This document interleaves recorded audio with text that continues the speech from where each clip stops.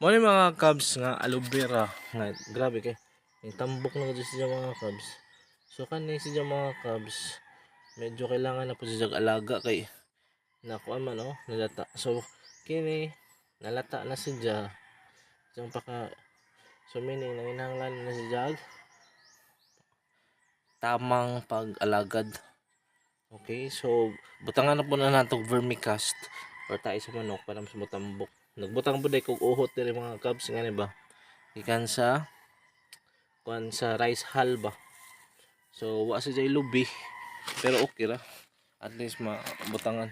Kaya din mga aloe vera mga Cubs kay ba mo? Kini mga aloe vera dali ra kasi matubo basta tagaan nimo sa sakto nga pataba og juta para ani sama ni. Dali ra siya matubo dali siya magsanga-sanga. Og usa pa mga Cubs natural moisturizer ni. So kung ikaw nagtipid, way di ka ganahan sig gasto, labi na ka mahalag mga baliton nun, pwede na ninyo himong alternative.